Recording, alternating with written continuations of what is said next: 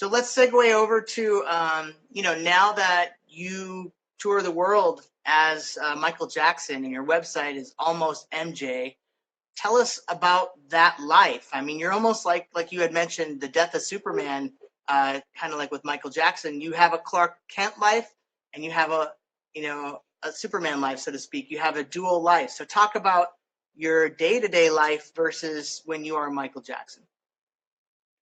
Sure. Yeah. So, for those of you guys who don't know, me and Alex are friends on the side. So he actually kind of knows my personal life. I'm a software sales rep. So, extremely long story short, I sell software to small to medium-sized businesses. I meet them in person. I also do a lot of webinars. Very few of my clients actually know what I do as Michael. Every now and then, one of their assistants will find out. They'll Google my name before the meeting, and the manager will say, "Are you this Michael Jackson guy?" Uh-huh. And I always just laugh, and I'm like, "What do you think?" And they're like, "No," and I'm like, "Okay, then that's fine." And they're like, "Well, are you or not?" I was like, "I am, but I keep that private because I don't want to lose credibility in my industry. Hmm. Because if I'm like Michael Jackson, why would I know anything about software?" As far as they're concerned. And Michael trumps any conversation, no matter what. Believe it or not, I've been in corporate world forever.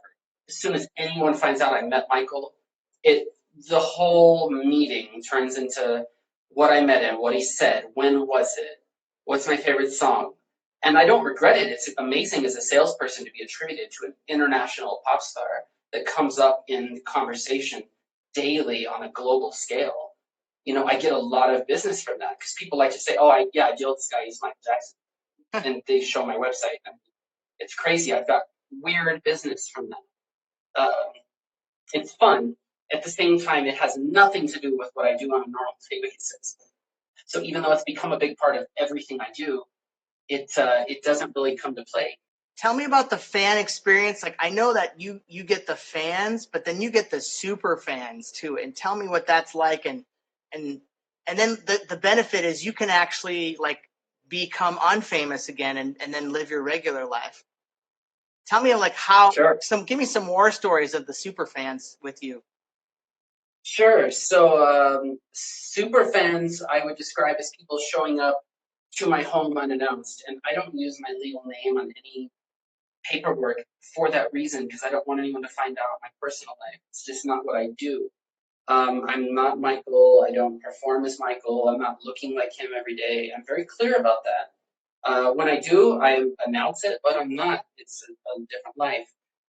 But nonetheless, I've had people that have investigated and somehow found out my information, and showed up at my home from across the world, very mad that I wasn't in character wearing, the Billie Jean jacket and the glove.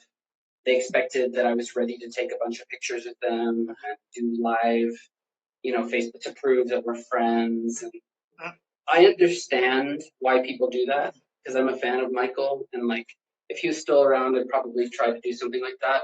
But I'm not him. I never will be him. I could never even be close to that by any means. But I understand it, so I'm not complaining. Um, it just comes with what I do.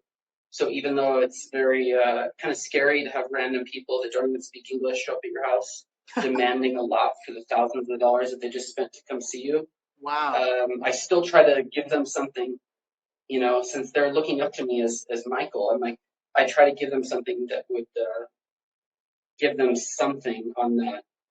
Uh, and But it's interesting, and it's gotten worse. The longer he's gone, the more people are clinging to anything that's around. And I have a lot of things that people would be interested in. As I've told you before, I have some of his clothing.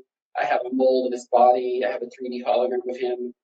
So people are like grasping at straws to grab a connection to Michael. And I have the closest possible physical pieces that anyone could ever even dream of. So it's as a normal person, it's hard to keep all that and then just go to work every day and act like none of that world exists. So Mike, I already know this too, but I know that you save a lot of the money that you make to buy memorabilia and props and wardrobe. I mean, how much would you say you've spent on Michael Jackson memorabilia? Honestly, I never even measure the dollar. I mean, it's in the tens of thousands of dollars, which is funny because a lot of people would assume that I'm rich because I have so much money. But any money I make on Michael, I just throw right back into him. So whether I'm buying a pair of socks, a pair of underwear, a hologram of him, a drink a cup that he drank from, anything like that, I'm interested in any connection that can get gathered to him. I don't care about having a home or like a really nice car. I don't care about any of that. I'm not trying to flash that I have a lot of stuff. But if there's anything physically tangible pertaining to Michael that still exists on Earth, this is spectacular as far as I'm concerned. And I'm going to pursue every avenue to at least touch it for a second or be in his presence. Because believe it or not, you guys are in a lifetime where this is all still possible. But down the line, people will realize who he was and will be grasping at any piece of bacteria that existed around the same time.